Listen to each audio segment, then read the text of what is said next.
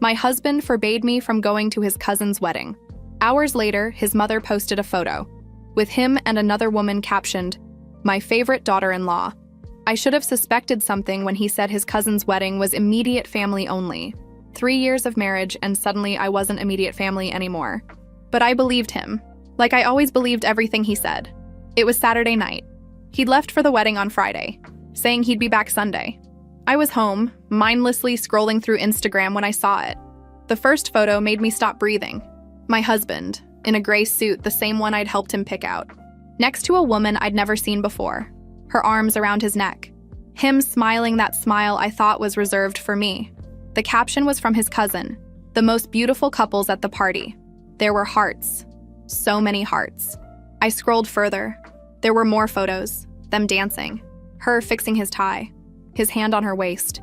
In every photo, they looked like a couple, a real couple. My stomach turned. I grabbed my phone with shaking hands and kept investigating. I went to the woman's profile. It was public. Her feed was a timeline of my alternate life. 2 weeks ago, a photo of them at a restaurant. The same night he said he had a work dinner and came home at 11. A month ago, them at a beach. The weekend he claimed he'd gone to a conference. 3 months ago, them in front of a Christmas tree. I'd spent Christmas at my mother's because he was too sick to travel.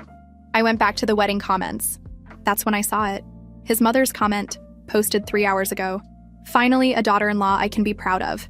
Welcome to the family, darling." I read it again and again. Each word was a knife. Finally, a daughter-in-law I can be proud of. Finally. As if I didn't exist. As if those 3 years didn't exist. As if I'd never been anything. My vision blurred. I dropped my phone on the couch and stood up, stumbling to the kitchen. I needed water. Or air. Or I didn't know what I needed. I braced my hands on the sink, breathing deeply. My reflection in the window glass startled me. I looked small, lost. I went back to the couch, picked up my phone again. There had to be an explanation. There had to be, but there wasn't. The more I looked, the more obvious it became. The dates matched perfectly. Every lie, every excuse, every work commitment or urgent trip.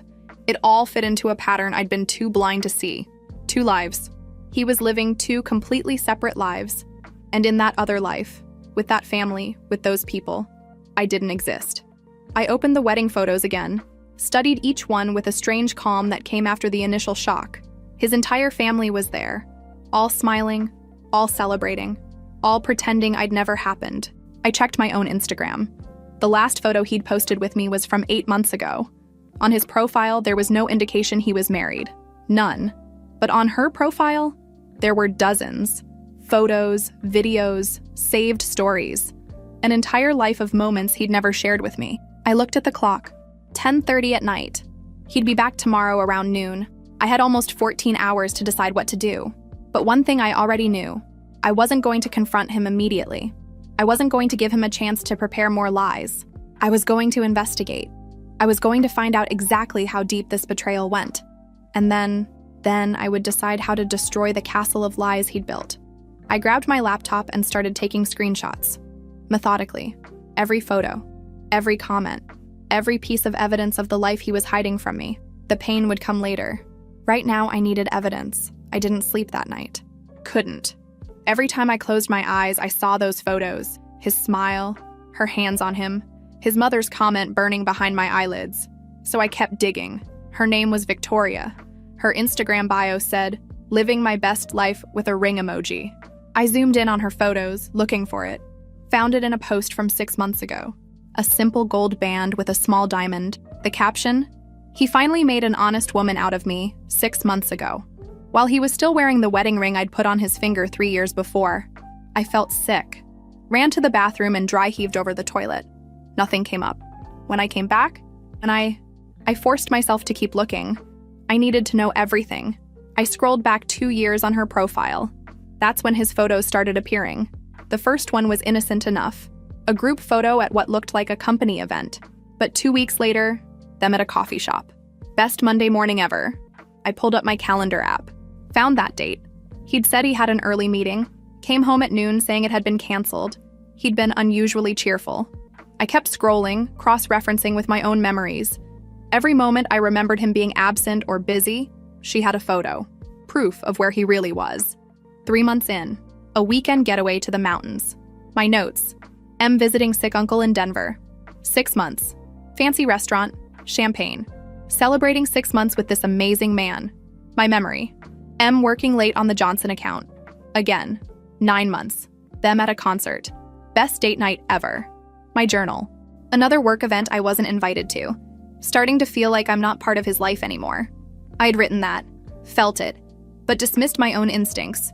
Trusted him instead. 1 year. A beach vacation. 5 days. Paradise with my love. My text to my sister. M is at that conference in Miami. House feels so empty. Every lie had been perfectly crafted. Every excuse had sounded reasonable. And I'd believed every single one. Their first anniversary post stopped me cold. A carousel of photos. At restaurants I recognized. Places he'd told me he'd never return to because of bad service. At his family's house. God. At his family's house. That photo was from 8 months ago. A Sunday barbecue. His parents, siblings, cousins. Him and Victoria in the center. His arm around her shoulders. Everyone smiling like it was the most natural thing in the world. 8 months ago, I'd asked about family gatherings. He'd said his parents were keeping things small because his dad's health was declining.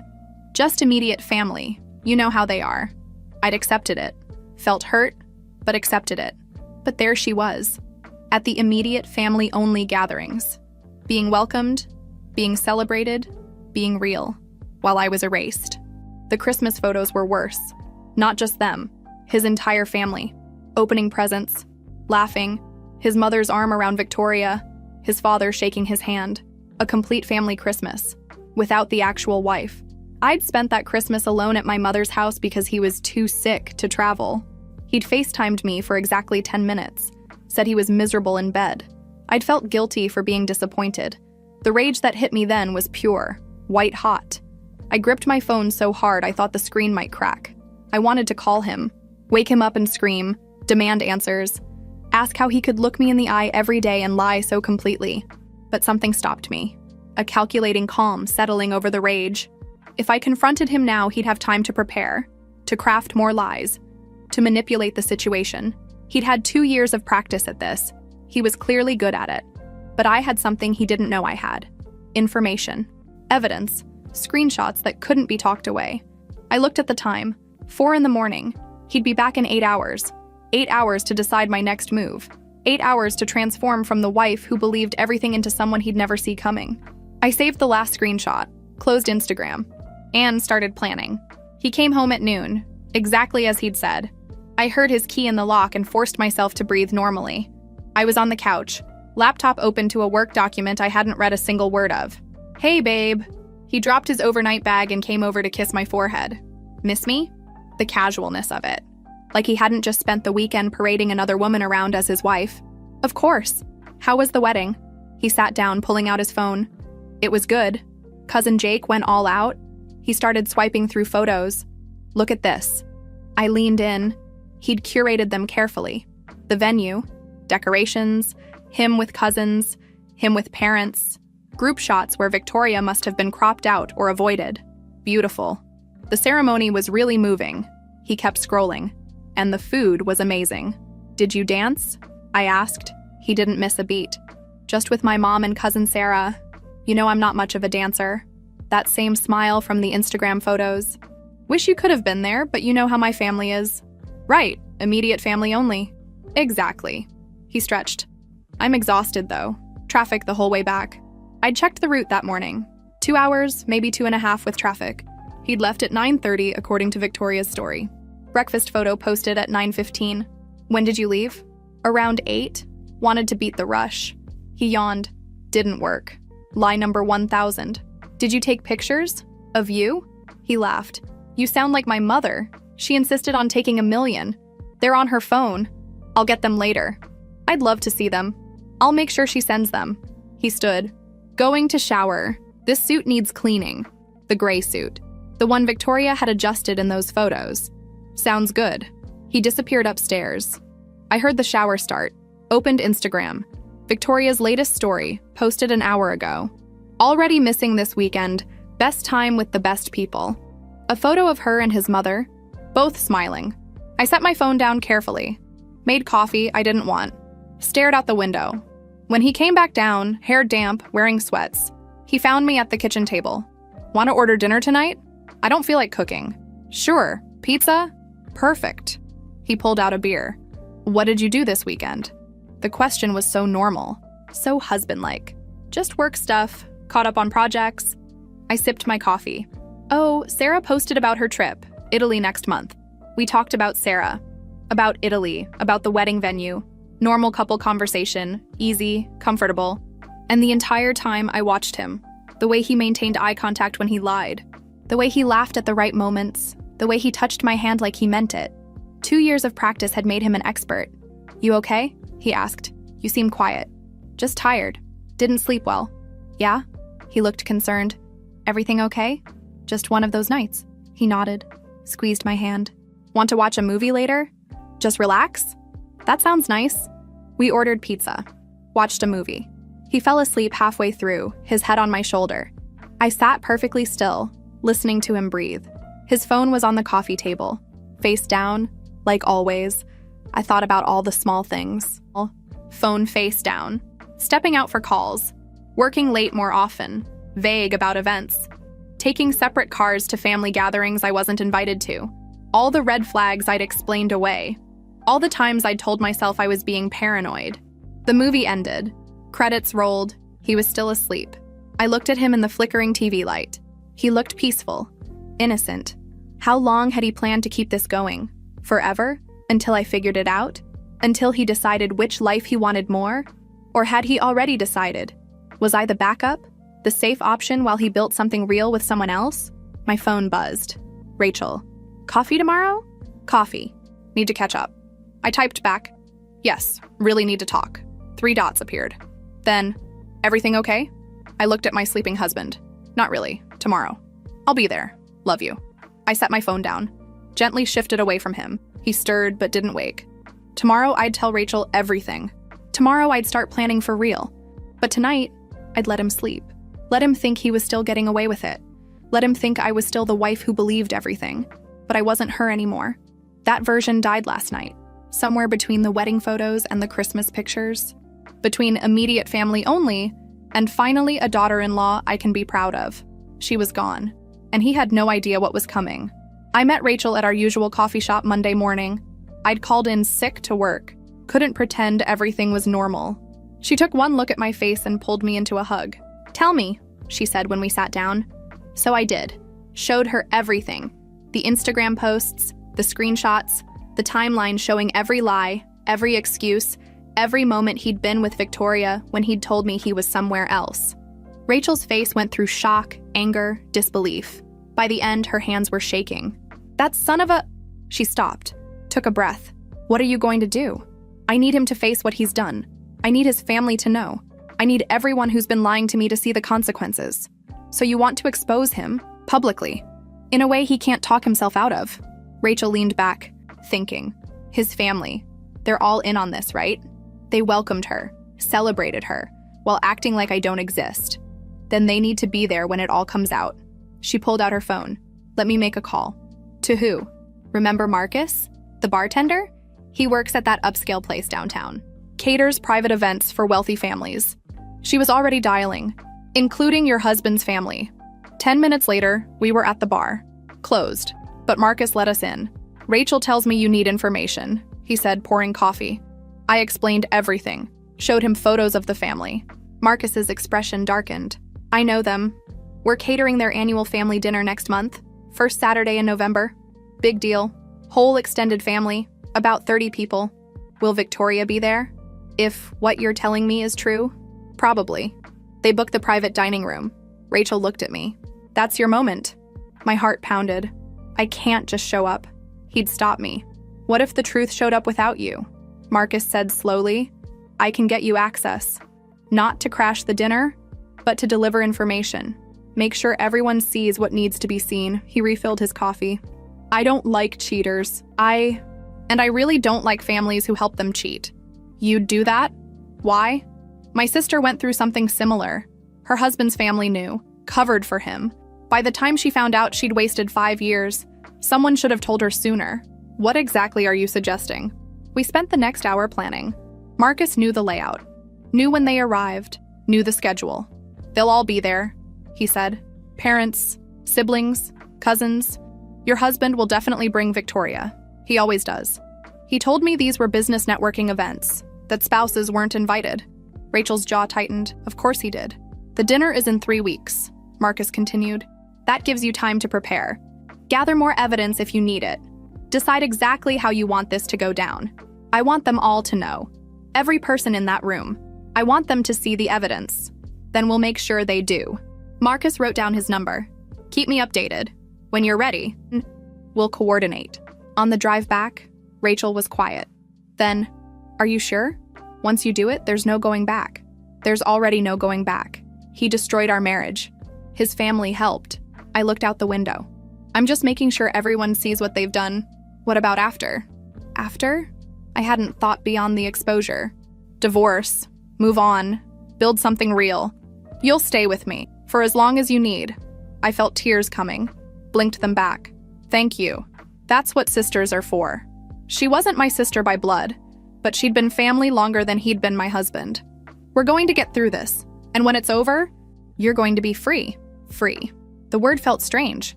I'd been in this marriage for 3 years, in this relationship for 5, half a decade built on lies, but in 3 weeks, it would be over. I pulled out my phone when I got home. He'd texted, "Meeting running late, don't wait up for dinner." I checked Victoria's Instagram. A story from an hour ago. Them at a restaurant. Wine glasses raised. I saved the screenshot. Added it to the folder. 3 weeks. Just 3 more weeks. Then everyone would know the truth. The 3 weeks passed in a strange blur. I went to work, came home, acted normal. Watched him lie every single day while I documented everything. The night before the dinner, he came home excited. "Team dinner tomorrow night to celebrate a work win," he said, kissing my cheek. "Probably won't be home until late." "That's great. You deserve it." He had no idea what was waiting for him. Saturday evening, I dressed carefully. Black dress, simple but elegant. I wanted to look like someone who had her life together. Rachel picked me up at 6. Marcus confirmed everything. The family had arrived. Victoria was there, sitting beside him at the main table. "You ready?" Rachel asked in the parking lot. "No, but I'm doing it anyway." Marcus met us at the side entrance. Led us through the kitchen to where we could see into the private dining room. There he was. Navy suit I'd never seen. Victoria beside him in a red dress, his hand on her knee, his mother beaming at the head of the table. They looked like a real family. "In 5 minutes, I'm taking champagne in," Marcus said quietly. "I'll announce that someone has a message. That's your cue." The 5 minutes felt like 5 seconds. I walked in. The silence was deafening. "Hello. I'm sorry to interrupt your dinner. My name is Sarah. I'm Michael's wife." Victoria's face went white. "What is she talking about, Michael?" He was frozen. His mother stood. "This is inappropriate. You need to leave." "I'm his wife. We've been married for 3 years, together for 5. I opened my folder. "And for the past 2 years, while you've all been welcoming Victoria, I've been at home, invisible, erased." I started laying photos on the table. Here's our wedding photo. Our marriage certificate. Last Christmas when he said he was too sick to travel but was actually here with you. The family stared. Some looked shocked. Some looked guilty. "This is absurd," his mother started. "Is it?" I turned to Victoria. "Did you know he was married?" Her hands shook. "No, he said he'd been divorced for years. He's not divorced. He's married. To me. Right now." I pulled out more evidence, screenshots, calendar entries, lies in black and white. "January 15th, you posted about a ski trip. He told me he was visiting his sick uncle. March 3rd, your anniversary. He said work conference. June 10th, family barbecue. He said his father was too ill for visitors." Victoria stumbled back. "You lied about everything." She looked at his family. "Did you all know?" The silence was her answer. "Oh my God, you all knew." Her voice broke. "This whole time and you just..." Victoria. "Wait!" his mother started. "No." Victoria grabbed her purse. "I thought we were building a life together. And you're married." He found his voice. "I can explain..." "Explain?" I laughed bitterly. "Please, explain 2 years of lying to both of us. Explain letting your family treat me like I don't exist while they welcome her. Explain the ring you gave her 6 months ago." The room erupted. His siblings talked over each other. His father sat stunned. His mother tried to take control, but no one listened. Victoria was crying. There's an actual wife, and you let me. We were planning to move in together. I looked at my husband. Everything he'd built was crumbling. I trusted you, I said quietly. For 5 years, I trusted every word, every excuse, every lie. I made myself small so you could be comfortable. I accepted being excluded. I believed you when you said it was complicated, but it wasn't complicated. You were just a coward. Sarah, he started. Don't. I collected my photos. I've filed for divorce. The papers will be served Monday. Until then, find somewhere else to sleep. You're not welcome in our home. I looked at his family. You all knew, every one of you, and you said nothing. I hope you can live with that. Victoria was already gone. I could hear her crying in the hallway. I walked out with my head high. Rachel was waiting. Behind me, the dinner had dissolved into chaos. Shouting, accusations, consequences they'd avoided for 2 years finally catching up. It was done. I stayed at Rachel's that night. Didn't go home. Couldn't face the emptiness of a house that had been a lie. My phone wouldn't stop buzzing. His calls, his texts, his mother's calls. I turned it off.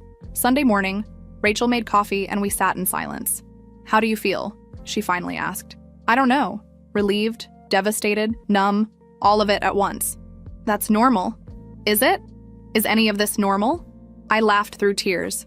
I was married to someone who didn't exist. My phone buzzed. A text from a number I didn't recognize. It's his brother, David, he wants to meet.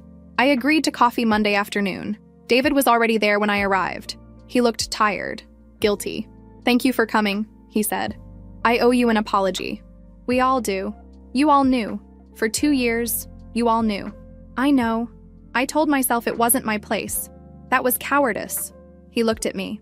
My wife left me over this. Yesterday. Said she couldn't be married to someone who'd be complicit. She was right. The family's falling apart. He continued. Dad isn't speaking to Mom. She's furious you embarrassed the family. Dad's furious she helped hide it. My sisters are fighting. And Michael's at my parents' house. Mom's defending him. Dad wants him out. What about Victoria? She blocked all of us, her family too. Her father had business connections with ours. Had. He's ended everything. She's devastated. Good, I thought, then felt guilty. She'd been lied to too. What he did to you, to her, it's unforgivable, David said. I just wanted you to know that not everyone in the family thinks what happened was okay.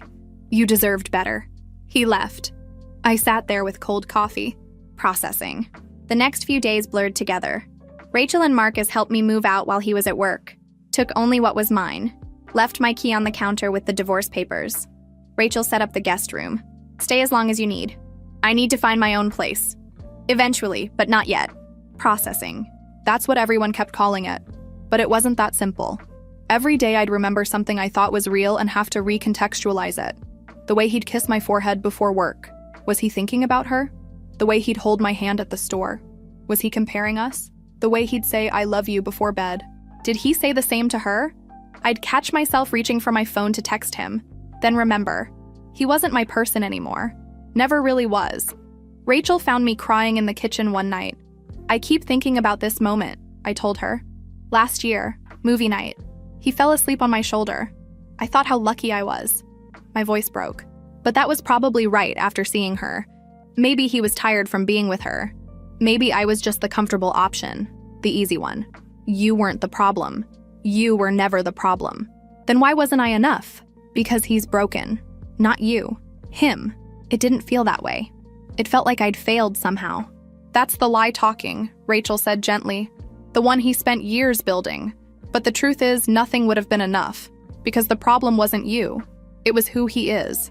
I wanted to believe her.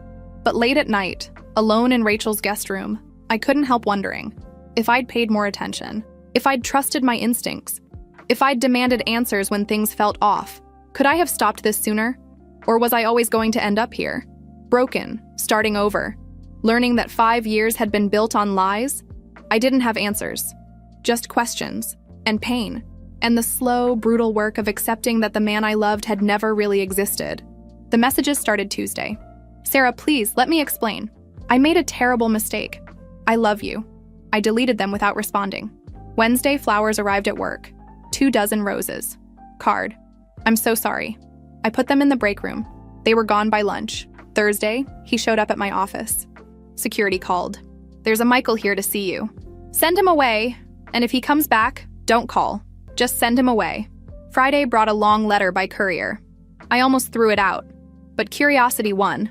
"Sarah, I know I don't deserve your forgiveness. What I did was unforgivable, but please believe me when I say I never stopped loving you. Victoria was a mistake that spiraled out of control. I was weak. I was scared. But you were never the problem. You were always everything I needed. Please, give me a chance to explain.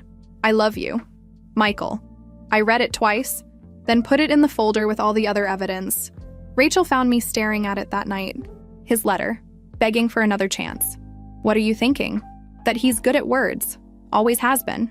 That's how we got here. I'm not interested in words anymore. But not everyone agreed. Saturday, I ran into co-workers at the grocery store. They pulled me aside. "We've been thinking," Emma started carefully. "Maybe you should hear him out. People make mistakes. Maybe there's a way to work through this." I stared at them. Work through this? He had a whole separate life for 2 years. You think that's something we can work through? I'm just saying, Jason, would you take back your wife if she did that to you? He hesitated. I don't know. Maybe. He's sorry he got caught. Not sorry for what he did. This isn't your decision to make. Monday brought another surprise. His mother called. "Sarah, I'd like to meet for lunch. I owe you a conversation." Every instinct said no, but I was curious. We met Tuesday. She was already there, looking nervous. "Thank you for coming. I owe you an apology." I sat down. Didn't respond. "I want to explain. When Michael brought Victoria home 2 years ago, we thought you two had separated. That's what he told us. That was a lie. I know that now, but we believed him. And Victoria, her family is well connected. Her father owns businesses we work with. When Michael started bringing her around, it felt like an opportunity." My stomach turned. An opportunity. For the family, for business connections. "So you welcomed her because of her family's money, while pushing out your son's actual wife." She was quiet. "I didn't think you were ambitious enough for him. You had your simple life. Victoria came from our world, understood our expectations. I thought Michael was making a smart choice, more suitable. I felt sick. When I found out the truth, that you were still married, that he'd been lying to both of you, I should have said something. But by then, Victoria's father was investing in our company. Our families were intertwined." She looked desperate. "I want you to understand why it happened. So I'd what? Forgive you? Take him back?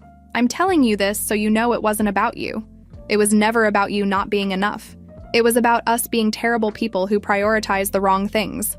I stood up. "Thank you for the honesty, but it doesn't change anything. Sarah, you know what hurts most? I tried so hard to get your family to like me. I attended every event. I brought gifts. I tried to be a good daughter-in-law. And the whole time you were measuring me against some standard I didn't know existed, looking for reasons to replace me. I'm sorry. I'm done with your family, with your son, with all of it. He'll be hearing from my lawyer. Don't contact me again." I left her sitting there. Rachel was waiting outside. "How bad was it?" "Worse than I thought." I told her everything. "They chose her for business connections. They threw you away for networking opportunities. It doesn't matter anymore.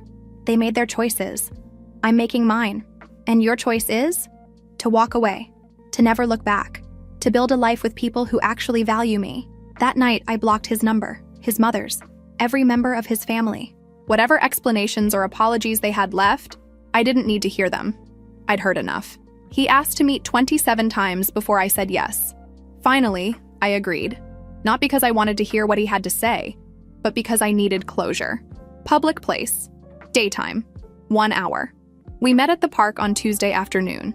I arrived early, sat on a bench near the fountain. He showed up exactly on time. He looked terrible.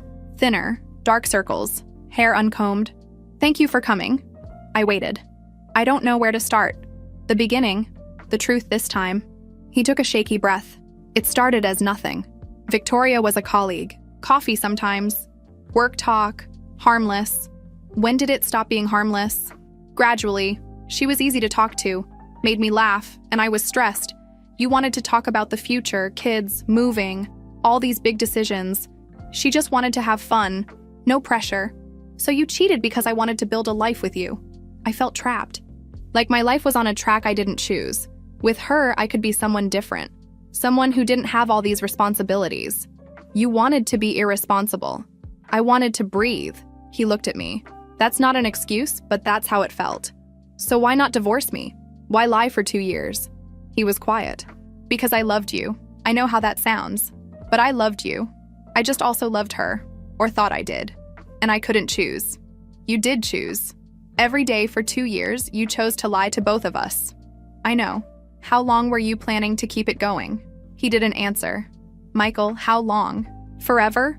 Until one of us figured it out? I don't know. That's not good enough. I don't know. I was living day to day, trying to keep both of you happy, trying to keep everyone's expectations met while slowly losing my mind. You were living in anxiety because you made bad choices. That's called consequences. I know that now. Did you ever think about what it was doing to me? To her? Did you consider that we deserved better than being options in your elaborate game? Every day. I thought about it every day. But not enough to stop. No. I stood up. I'm done here. Wait, please. He stood too. I need you to know, the time we had together, those were real. I did love you. I do love you. No, you loved having me. You loved having someone who believed in you. Someone who made you feel good while expecting nothing. I looked at him. But you never loved me enough to choose me. You never respected me enough to be honest. Sarah, I spent 5 years making myself smaller so you could feel bigger. I accepted being excluded. I believed every lie because I trusted you. Because I loved you. My voice was steady. But you didn't love me back. Not really. I'm sorry. He was crying. I'm so sorry. For all of it. I accept your apology. But I don't forgive you. And I never will. Please, can't we? No. Whatever you're about to ask, the answer is no. I grabbed my bag. The divorce papers have been filed. Don't contact me again. Don't show up at my work. We're done. Completely. Sarah, please. Move on, Michael. Find someone who wants to be your backup plan. Because I'm not that person anymore. I started walking away. I love you, he called. I didn't turn around. Just kept walking. By the time I reached my car, I was crying. But not tears of sadness. Tears of relief. Of liberation. Of finally being free. I sat in the driver's seat and called Rachel. It's done. It's really done. How do you feel? I thought about the weight that had been crushing my chest for months.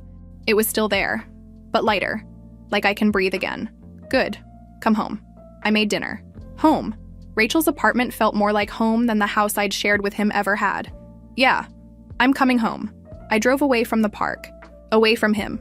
Away from 5 years of lies. And for the first time in months, I felt like I was moving forward. Not just away from something, but toward something. Toward healing. Toward a version of myself who wouldn't accept being made invisible ever again. It was over. And I was free. I thought the park meeting would be the end. It wasn't. The messages started again 2 days later. Different number. I understand you need space, but please know I'm here. Blocked. Another number the next day. I miss you. Blocked. Facebook from an unknown account. Instagram, Twitter, LinkedIn, every platform I had. Friday evening, I was at the grocery store. Turned the corner and there he was. Looking directly at me. Sarah, hey. I did. Every Friday. Same time. He knew. Leave me alone. I turned my cart around. Wait. Leave. Me. Alone. I left the cart and walked out. Rachel was furious when I told her. That's stalking. You need to document this. She was right. I started keeping a log. Every message, every sighting. Monday, coffee shop near my office. Tuesday, the gym. Wednesday, his car parked across from Rachel's apartment. That's it, Rachel said. I'm calling him. She put it on speaker. Hello? His voice sounded hopeful. Michael, this is Rachel. What you're doing is harassment. Sarah has made it clear she doesn't want contact. If you continue, we will involve the police and file for a restraining order. Do you understand? Silence. Do you understand? I just want to talk to her. She doesn't want to talk to you. Stop. Or there will be legal consequences. She hung up. My hands were shaking. Do you think it'll work? If he shows up again, we call the police. For a week, it was quiet. No messages, no sightings. I started to relax. Then David called. Sarah, David, Michael's brother. Please don't hang up. What do you want? I heard about what he's been doing. I wanted to apologize again. And to tell you I talked to him. And I told him he needs to stop. That he's making everything worse. That he needs to respect your decision. He paused. He's staying with my parents. Mom's defending him. Dad's barely speaking to him. That's not my problem. I know. I just wanted you to know that some of us support your decision. Some of us think you did the right thing. If he keeps harassing you, we'll help you get that restraining order. Why are you telling me this? Because you deserve to know you have allies. Take care of yourself, Sarah. That night, I sat with Rachel. I keep waiting to miss him, I told her. The real missing. The ache of wanting someone back. But it's not there. That's good. Shouldn't 5 years mean something? They did. They taught you what you won't accept, what you deserve. She looked at me, and they ended when they needed to. I'm angry. More than sad. I'm just so angry that he wasted my time, that he made me doubt myself. That's okay. Anger is part of grief. I loved him, the version I thought existed. I loved that man so much. My voice broke, and he never existed. Every memory I have is tainted now. That's on him, not you. I keep wondering what I missed. What signs I ignored. You weren't blind. You were trusting. There's a difference. Is there? Yes. Being trusting isn't a flaw. Being trustworthy is his responsibility. He failed. Not you. Some days I could see it clearly. I'd done nothing wrong. I'd loved honestly. I'd been a good partner, and he'd taken advantage of that. Other days I couldn't stop questioning everything. It gets better, Rachel said, I promise. One day you'll wake up and realize you didn't think about him at all. And then that'll happen more until he's just a story you tell. A lesson you learned. When? I don't know, but it will happen.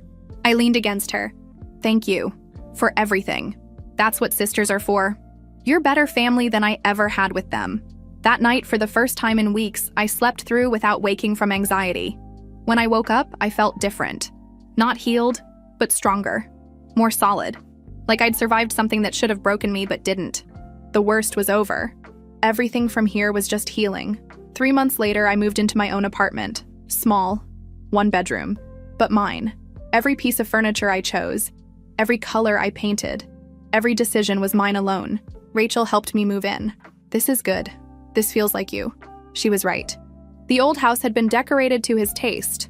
Neutral. Safe. Boring. This was bright. Colorful. Alive. I'd started therapy 2 months ago. Dr. Martinez was helping me work through everything. You ignored red flags, she'd said. But that doesn't make this your fault. Manipulators are good at what they do. How do I trust my instincts again? By learning what those red flags look like. By understanding the patterns. We'd made a list. All the signs I'd missed. Phone always face down. Stepping out for calls. Vague about events. Keeping me separate from family. Sudden trips. Being defensive when questioned. Making me feel guilty for having concerns. Classic manipulation tactics, Martinez had said. My mother visited one afternoon, brought coffee. I should have said something, she admitted. I had a bad feeling about the way he talked about his family, about how you were never included. But you seemed happy.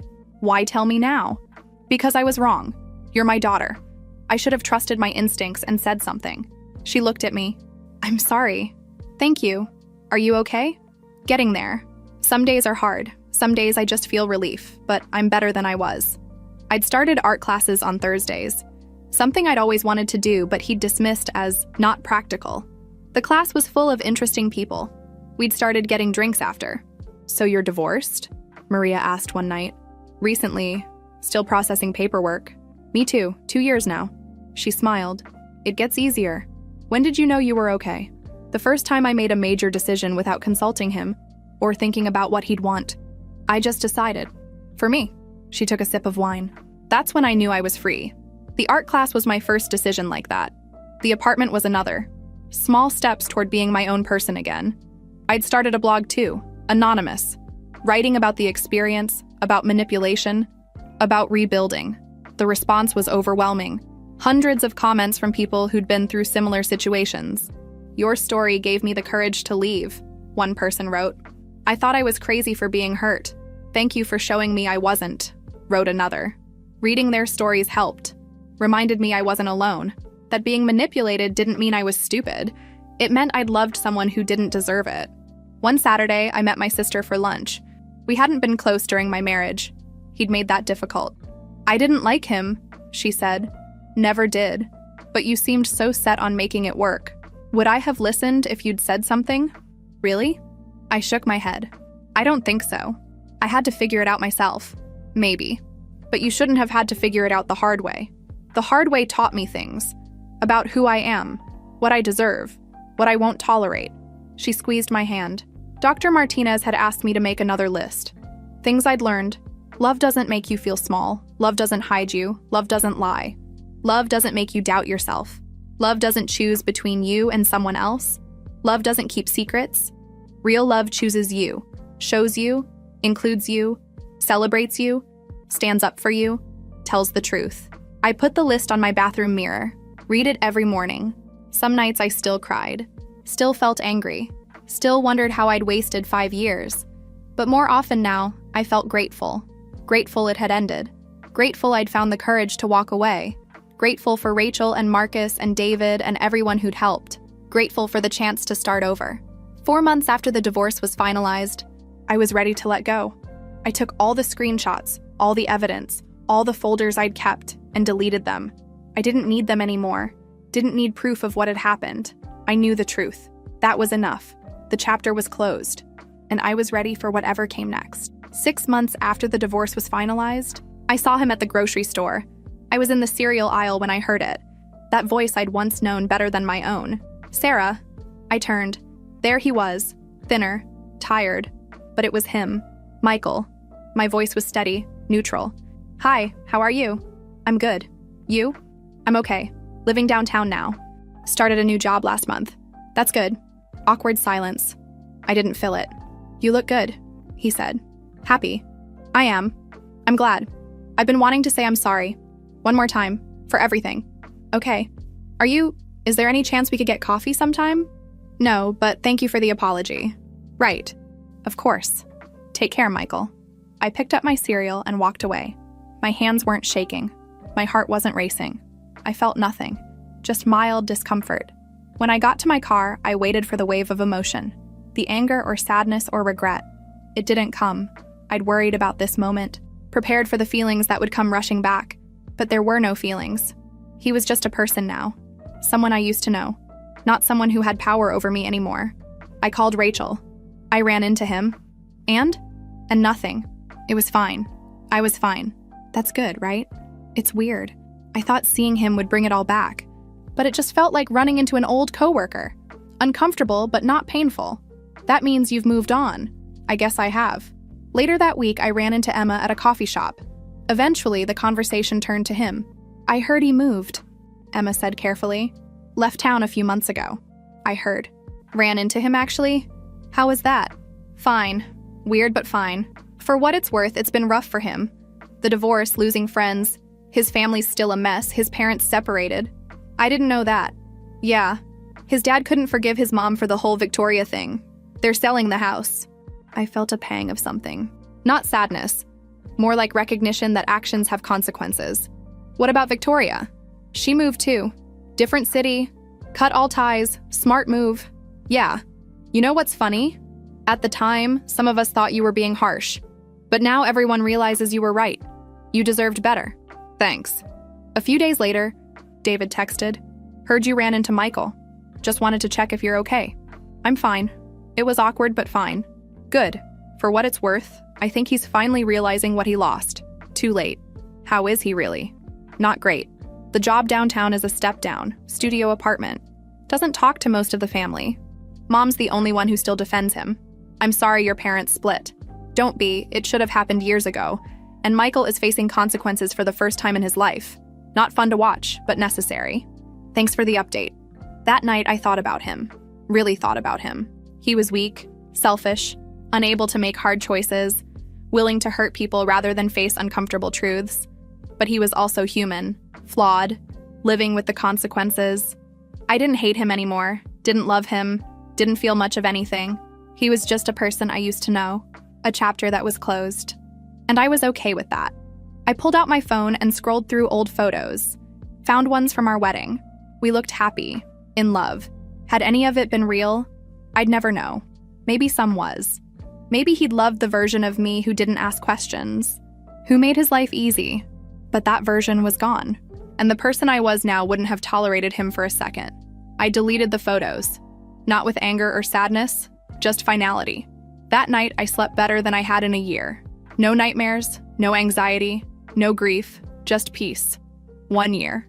Exactly 1 year since I'd opened Instagram and seen those photos. Since my world had collapsed and rebuilt itself into something new.